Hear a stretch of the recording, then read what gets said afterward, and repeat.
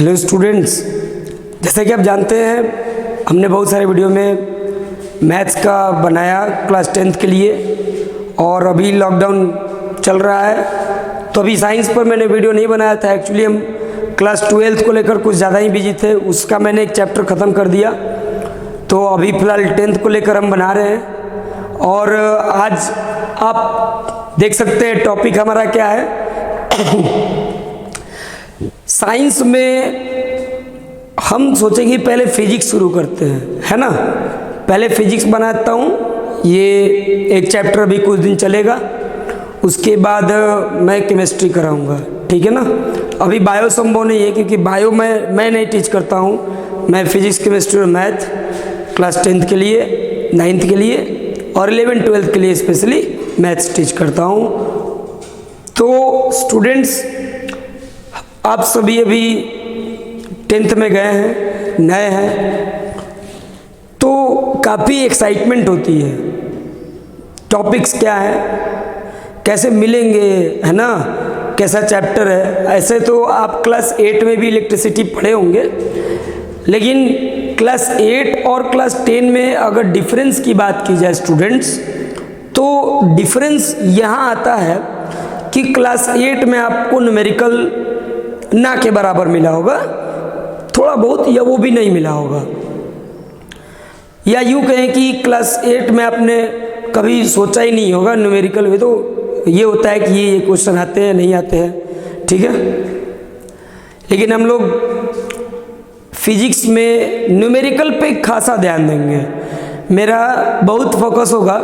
हालांकि मैं अभी 1-1.5 महीना पहले वीडियो बनाया मैंने इलेक्ट्रिसिटी पे ही, लेकिन वो video examination point of view से था, मतलब नज़दीक में एक क्विक रिवीजन वाला वीडियो था, बट स्टिल वो भी मतलब कि 3 पार्ट में बना था। फिर भी इसमें मेरी कोशिश रहेगी कि मैं आपको एकदम बिल्कुल डिटेल में बताऊं, ठीक है ना। थोड़ी सी भी दिक्कत नहीं होगी कि आप हमारे नज़दीक नहीं है, क्लास में नहीं बैठे हैं। तो चलिए स्टूडेंट्स, शुरू करते हैं इलेक्ट्रिसिटी के बारे में। आज ये जो कुछ भी हो रहा है, आप मोबाइल देख रहे हैं, मैं ये वीडियो बना रहा हूँ, ये आप लाइट्स के कारण आप देख रहे हैं, और ये लाइट बिना इलेक्ट्रिसिटी के तो चलेगा नहीं। इसके बाद आप देख लीजिए, अगर एक घरेलू घर की एक छोटी से छोटी सी चीज़ को उठाकर देखें, जैसे एक बल्ब हो गया, इलेक्ट्रिसिटी पे चलता है। इवन कि आजकल खाना भी इलेक्ट्रिसिटी पे बनता है, और बड़े बड़े फैक्ट्री में जो प्रोडक्शन होता है वो भी इलेक्ट्रिसिटी के कारण ही होता है। और ये अगर बात करें कि जो इलेक्ट्रिसिटी है ना, अगर और भी एक्सटेंडेड फॉर्म में बात करें तो किसी भी मॉलिक्यूल में 2 एटम्स को जोड़ने वाला, है ना, जो आपको बॉन्ड मिलेगा वो भी इलेक्ट्रिकल ही होता है, ठीक है। इवन कि आप बायो में पढ़े होंगे कि हमारा नर्व सिस्टम, है ना, के थ्रू माइंड के पास एक सिग्नल जाता है, और उसके बाद हम लोग उस सिग्नल को समझ के, मतलब माइंड समझता है और तब ऑर्डर देता है इलेक्ट्रिकल सिग्नल के रूप में, और तब हम लोग कोई काम भी करते हैं। जैसे मैं ये ऐसा हाथ कर रहा हूँ, तो ये बहुत क्विक सेकेंड में ही माइंड और नर्व सिस्टम के बीच में, जो माइंड और बाकी ये बॉडी पार्ट्स उनके बीच में नर्व सिस्टम का जो कनेक्शन है, वो इलेक्ट्रिकल सिग्नल भेज देता है और ये काम होता है। अगर मैं अभी से शुरू करूं तो आधे घंटे भी बीत जाएंगे, तो शायद इलेक्ट्रिसिटी के एग्जाम्पल ख़त्म नहीं होंगे, लेकिन मुझे अभी ख़त्म करना पड़ेगा, क्योंकि मोटा मोटी आप ये बात समझ चुके होंगे कि इलेक्ट्रिसिटी का मतलब कि रूप क्या है और एक कितना यूजफुल है हमारे लिए। आप जितना भी कह लें अभी कम पड़ जाएगा। तो सवाल लाजिमी है ये उठना कि आखिर इलेक्ट्रिसिटी किसको कहते हैं, इलेक्ट्रिसिटी किसको कहते हैं, है ना। सबसे पहले शुरुआत करेंगे स्टूडेंट्स इस बात को समझने से कि देखिए मान लेते हैं कि दो चीज़ें हैं, है ना, ये दो डिफरेंट टाइप की चीज़ें, ये ए और बी दो बॉडी है,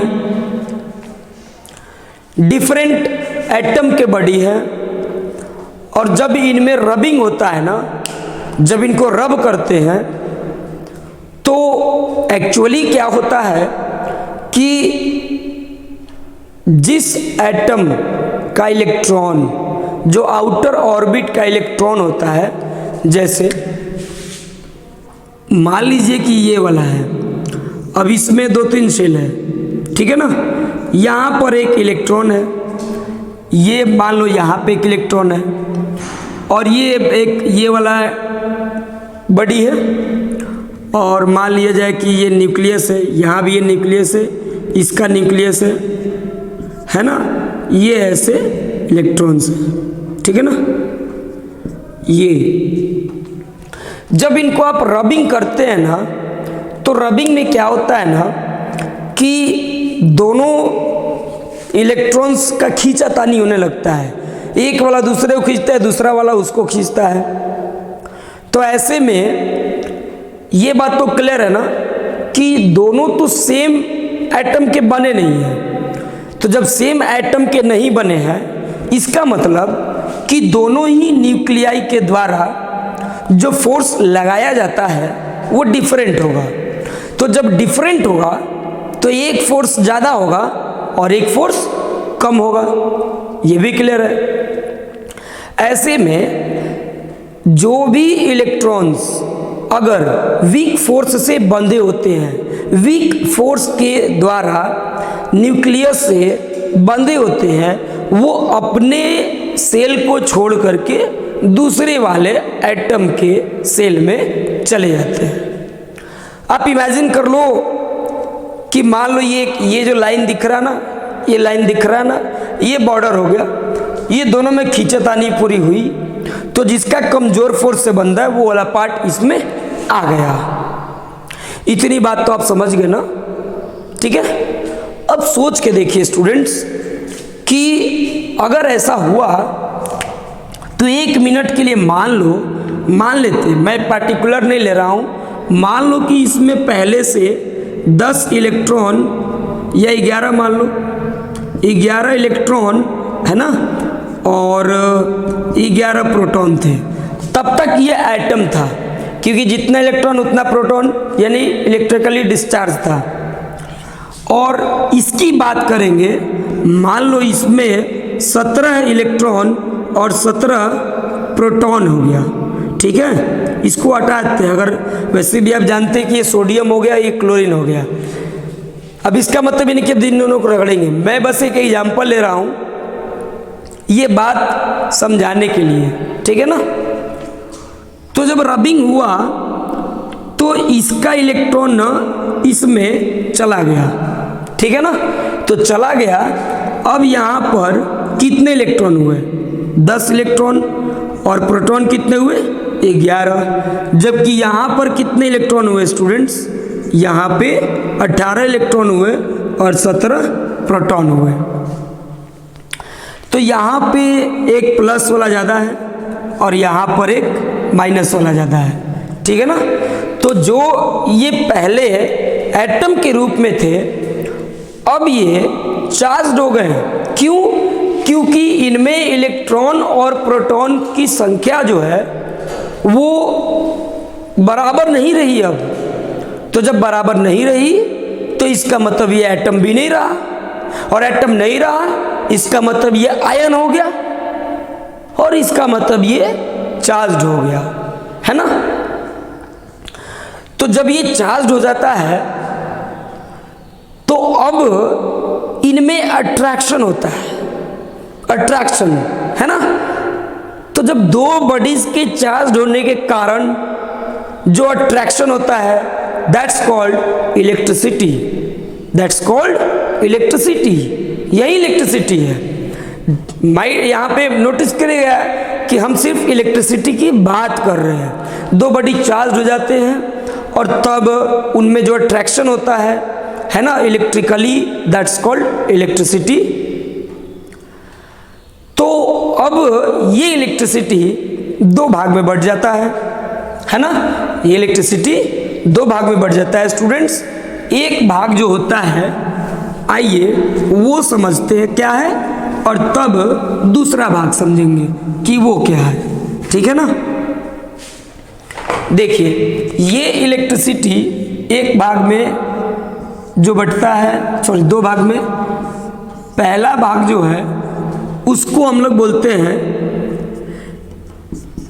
स्टैटिक, है ना, स्टैटिक इलेक्ट्रिसिटी।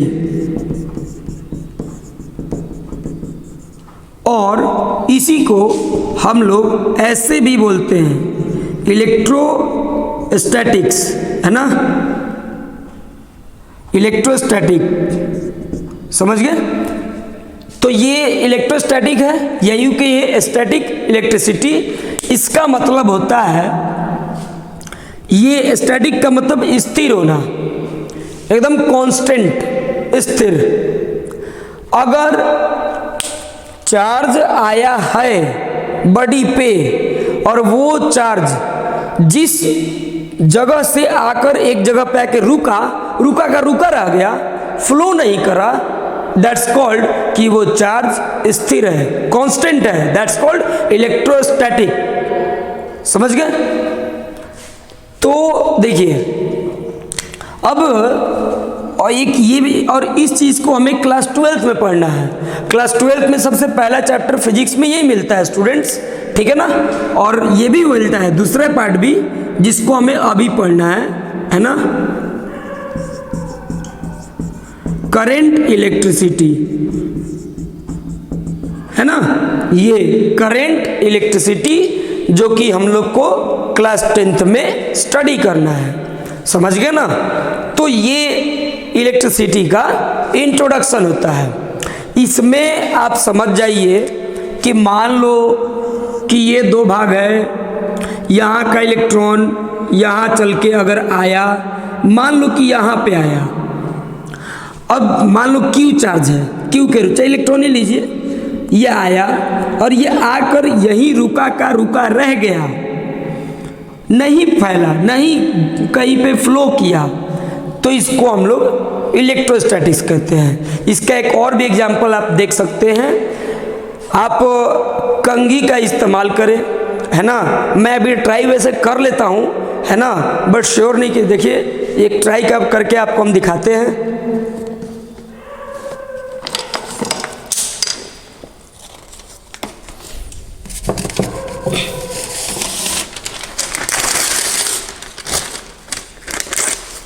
देखिए, मैं यहाँ पे कागज़ के कुछ टुकड़े लेता हूँ, ठीक है ना स्टूडेंट्स, कागज़ के कुछ टुकड़े लेता हूँ और उसके बाद देखिएगा, आप ज़रूर बचपन में ऐसा किए होंगे, है ना। मैं जानता हूँ अगर आप हमें देख रहे हैं अभी तो आप सोच रहे होंगे, आप समझ गए होंगे मैं करने क्या वाला हूँ, ठीक है ना। बट देखिए, जो मैं कर रहा हूँ लाइव कर रहा हूँ आपके सामने। ये हाथों में मैंने लिया, ये उठ भी सकता है, नहीं भी उठ सकता है, ठीक है ना। बस मुझे दिखाना है एक चीज़ कि कागज़ एक के ऊपर एक सटे रहेंगे तो नहीं उठेंगे। वैसे भी देखिए मेरे हाथों में, देखिए जी, ये एक क्या हो गया, एक बड़ी हो गया छोटा सा चीज़, इसका एटम अलग है। ये जो हमारा एयर है इसका एटम अलग होगा, ये दो डिफरेंट एटम हो गए, है ना। अब इनमें यदि मैं रबिंग करूँगा तो क्या होगा, आइए देखते हैं, ठीक है ना, कि क्या होगा।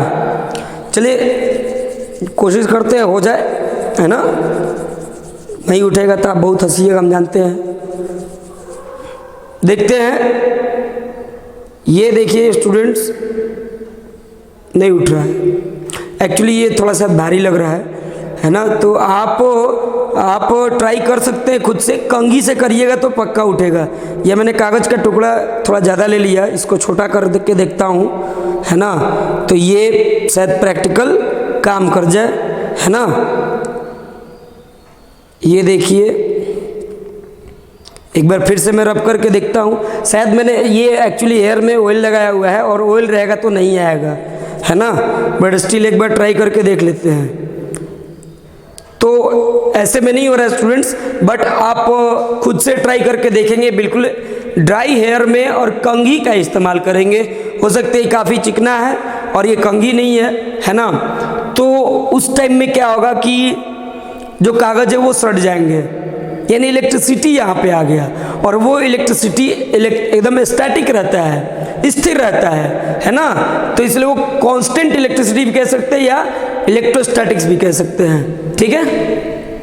तो ये रहा इसका बात, ठीक है।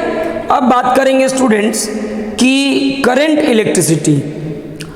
करंट इलेक्ट्रिसिटी यानी कि जब चार्जेस मतलब इलेक्ट्रॉन ट्रांसफ़र हुए और वो फ्लो करने शुरू हो गए। इलेक्ट्रॉन्स जब फ्लो करना चालू कर देगा तो उस वक्त जो इलेक्ट्रिसिटी जनरेट होगा उसी इलेक्ट्रिसिटी को हम लोग इलेक्ट्रिक करंट या करंट इलेक्ट्रिसिटी करंट इलेक्ट्रिसिटी के नाम से हम लोग जानेंगे। उसके अंडर में हम लोग समझेंगे एक्चुअली में इलेक्ट्रिक करंट डिफाइंड कैसे होता है, ठीक है। तो अब हम लोग आगे बढ़ते हैं स्टूडेंट्स, ठीक है ना। आप ये इलेक्ट्रिसिटी का इंट्रोडक्शन तो समझ गए होंगे, ठीक है। अब इसमें थोड़ा आगे बढ़ाया जाए बात।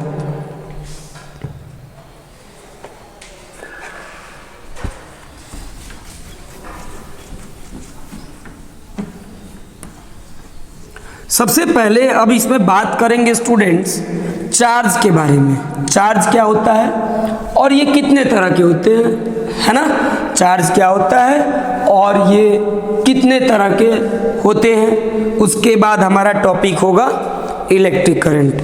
मतलब आज के इस टॉपिक में हम लोग किस किस चीज़ों पे बात करेंगे वो समझ लीजिए। पहले तो हमारा इंट्रोडक्शन हो गया, तो ये चार्ज के बाद हम लोग बात करेंगे इलेक्ट्रिक करंट, है ना। फिर उसके बाद अगर संभव हुआ, हो सकता है कि मुझे इतना ही बनाने में 40 मिनट का वक्त लग जाए, क्योंकि 40 मिनट 45 मिनट किससे ज़्यादा का वीडियो नहीं रहेगा एक पार्ट में। अगर इतना टाइम लग गया तो इस वीडियो में सिर्फ इतना रहेगा, और अगर टाइम बचा तो आगे हम बात करेंगे electric potential and potential difference के बारे में, ठीक है ना। चलिए पहले इस पे बात करते हैं स्टूडेंट्स, चार्ज के बारे में। चार्ज क्या होता है ना। बहुत सुना ये वर्ड लगता है ना। चार्ज यानी कि जैसे हम लोग अक्सर कहते हैं बैटरी चार्ज नहीं है, ये अलग बात हो गया, बट स्टिल हमारा मीनिंग वही रहता है। बैटरी चार्ज होने का मतलब क्या है कि उसमें इलेक्ट्रॉन ट्रांसफ़र करने के लायक हैं, जिसको हम अभी आगे चल के डिस्कस करेंगे। पोटेंशियल डिफरेंस बनने वाला है, ठीक है ना। सबसे पहले चार्ज की बात कर, चार्ज होता क्या है। देखिए चार्ज जो होते हैं ये एक तरह के प्रॉपर्टी होते हैं। इनके कारण, इनकी मौजूदगी के कारण ही दुनिया की कोई भी दो चीज़, है ना, या जो बड़ी चीज़ होती है छोटी चीज़ को अपनी तरफ क्या करती है, अट्रैक्ट करती है, ठीक है। इलेक्ट्रिकली नोट करें, इलेक्ट्रिकली आप एक एग्जाम्पल के तौर पे ले सकते हैं कि देखिए, अगर आप बात करेंगे ऐसे कि यहाँ पे एक वायर है, बहुत पावरफुल इसमें वोल्टेज है, ठीक है ना। आप देखे होंगे वो क्या होता है ना कि अगर इसमें बहुत ज़्यादा हाई करंट इसमें जा रहा है तो हम लोग को सलाह देते हैं कि इसके ज़्यादा नज़दीक नहीं जाना है, क्योंकि जब इसमें बहुत हाई करंट जा रही है इसका मतलब चार्ज इसमें है, चार्जेस फ्लो कर रहे हैं, और इसके कारण ही ये हमारे हैंड को अपनी तरफ अट्रैक्ट कर सकता है। कभी आप देखे होंगे, अगर आप शहर में हैं या गांव से बिलोंग करते हैं तो बहुत बड़े बड़े ऐसे टावर बने होते हैं, है ना। ये ऐसे इस आकार में आप देखे होंगे ऐसे, तो ऐसे टावर बने होते हैं और उसमें ये लिखा रहता है ग्राउंड लेवल के बाद कि थोड़ा सा ऊपर में लिखा रहता है डेंजर जोन, है ना। तो डेंजर जोन यानी कि आप अगर उस जोन में जाते हैं तो दूर से भी आपको करंट लग सकता है। उसको हम लोग डिटेल से आगे पढ़ेंगे। इलेक्ट्रिक फील्ड में अगर आप जाएंगे तो जस्ट लाइक समझिए कि एक चुंबक का एक मैग्नेटिक फील्ड जैसे होता है ना। तो यही चीज़ होते हैं, एक्चुअली उनमें चार्ज होने के कारण ऐसा होता है, ठीक है ना। अब हम लोग बात करते, ये चार्ज होते हैं दो तरह के होते हैं, एक निगेटिव चार्ज होता है और एक पॉजिटिव चार्ज होता है, ठीक है ना। जो निगेटिव चार्ज होता है वो होता है इलेक्ट्रॉन पे और पॉजिटिव चार्ज प्रोटॉन पे होता है, ठीक है। मैं आपको एक बात क्लियर कर दूं कि E बराबर, देखिए E बराबर -1.6 इंटू 10⁻⁻19 कूलम्ब, ये कूलम्ब होता है ना। ये कूलम्ब होता है स्टूडेंट्स। ये क्या होता है, तो ये चार्ज का SI यूनिट है, ठीक है ना। और चार्ज को हम लोग स्मॉल q या कैपिटल Q से रिप्रेजेंट करते हैं, ठीक है। तो एक इलेक्ट्रॉन पे इतने चार्ज होते हैं, एक्चुअली माइनस बस ये बता रहा है कि ये इलेक्ट्रॉन पे चार्ज है, ठीक है ना, और कुछ नहीं। कभी कभी ये माइनस साइन नहीं भी मिल सकता है। और ये बताता है 1.6 इंटू, ये बताता है कि प्रोटॉन का चार्ज है, समझ गए। अब देखिए, अब हम लोग जो समझेंगे वो यहाँ समझिए कि हमारा टॉपिक अब होगा इलेक्ट्रिक करंट। ये इलेक्ट्रिक करंट क्या है, लेकिन हमको एक चीज़ और इसमें लग रहा है कि क्लियर कर देनी चाहिए आपके साथ, है ना। हालांकि वो 10th में नहीं मिलेगा आपको बुक में, ठीक है, बट मैं सोच रहा हूँ कि इस पे आने से पहले आपको एक बहुत ही ज़रूरी चीज़ बता दूँ स्टूडेंट्स, ठीक है ना। आपको ना तो NCERT में ना ही एस्टर्न में, है ना, लगभग ना के बराबर किसी भी 10th वाले बुक में मिलेगा, लेकिन आप वो समझ सकते हैं, है ना।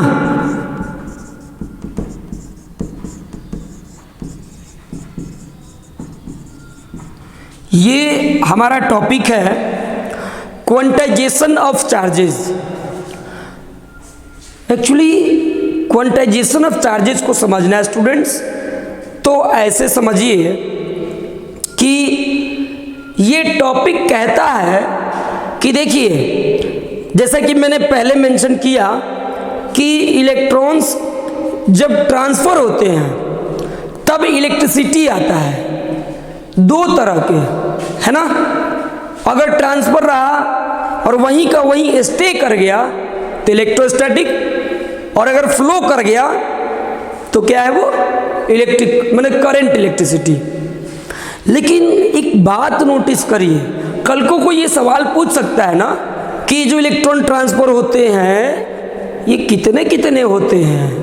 नहीं, जैसे क्या सर इलेक्ट्रॉन आधा अधूरा ट्रांसफर हो सकता है।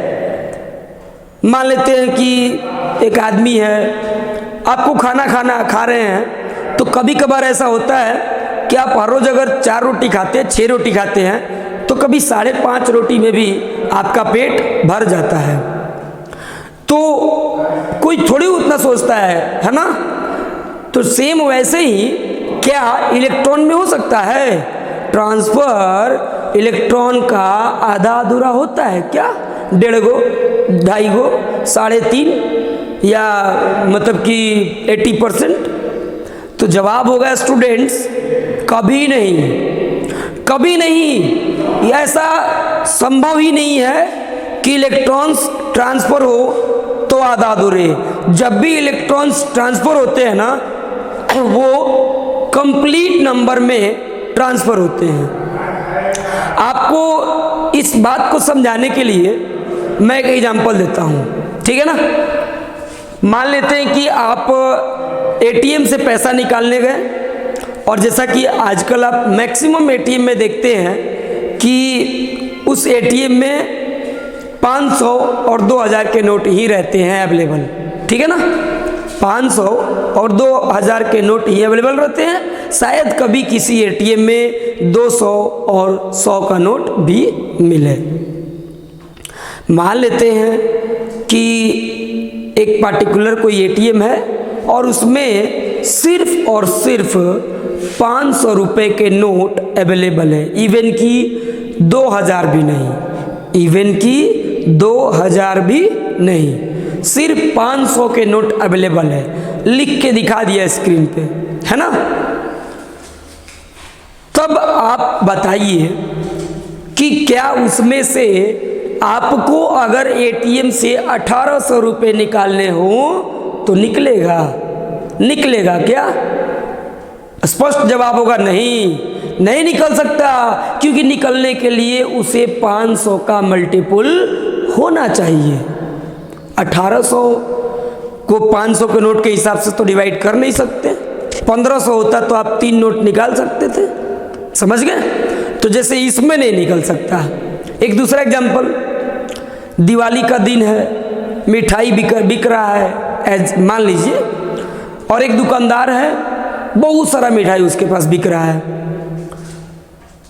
तो वो ना क्या किया है कि 2-2 केजी वाला पैकेट लिखा है, 2-2 केजी और 5 केजी वाला, ठीक है ना। और उसका ये नियम है, साफ लिख के टांग दिया कि मैं आपको अगर मिठाई बेचूंगा, क्योंकि बहुत दुकान चल रहा है, ऐसा नहीं है कि उसको ताकना पड़ रहा है कि कोई मेरा खरीदे दुकान पे, एकदम बिल्कुल लेना है तो लिए, नहीं तो जाइए, ऐसी कंडीशन है। तो साफ कह चुका है कि आप 2 केजी वाला जो डब्बा है उसमें भर भर के जाए तो ही हम बेचेंगे, नहीं तो नहीं बेचेंगे, आधा अधूरा नहीं बेचेंगे, ठीक है ना। यूँ कहीं कि पैकेट ही दे रहा है, 2 केजी का पैकेट भरा भरा मिल रहा है आपको, उसमें आपको 3 केजी खरीदना है, क्या मिलेगा? 3 केजी मिलेगा? नहीं मिलेगा ना। आपको 4 केजी मिलेगा, 2 केजी भाई लेना है लीजिए, 2 केजी लीजिए, 4 केजी लीजिए, 6 लीजिए, 8 लीजिए, 10 लीजिए, 12 लीजिए, उसके बाद जितना लेना हो उतना लीजिए। लेकिन साहब 3 केजी नहीं मिल सकता है, क्योंकि 2-2 केजी का पैकेट है। तो मुझे लगता है कि आप ये बात को समझ चुके होंगे कि जब मिठाई वाला रेस्ट्रिक्शन लगा सकता है, एटीएम लगा सकता है, तो इलेक्ट्रॉन वाला क्यों नहीं? इलेक्ट्रॉन भी रेस्ट्रिक्शन लगाएगा और ये भी कहता है कि जब मैं ट्रांसफर होऊंगा तो मैं कंप्लीट नंबर में ट्रांसफर होऊंगा। कंप्लीट नंबर में साहब, या तो हम 2 जाएंगे या 1 जाएंगे या 5 जाएंगे, कभी हम 1.5 नहीं जा सकते हैं, कभी हम 2.5 नहीं जा सकते हैं। उम्मीद करते हैं आप समझ गए होंगे इस बात को कि इलेक्ट्रॉन का बंटवारा मतलब, मेरा कहने का मतलब है ट्रांसफर। इलेक्ट्रॉन का ट्रांसफर होता है तो किस रूप में होता है?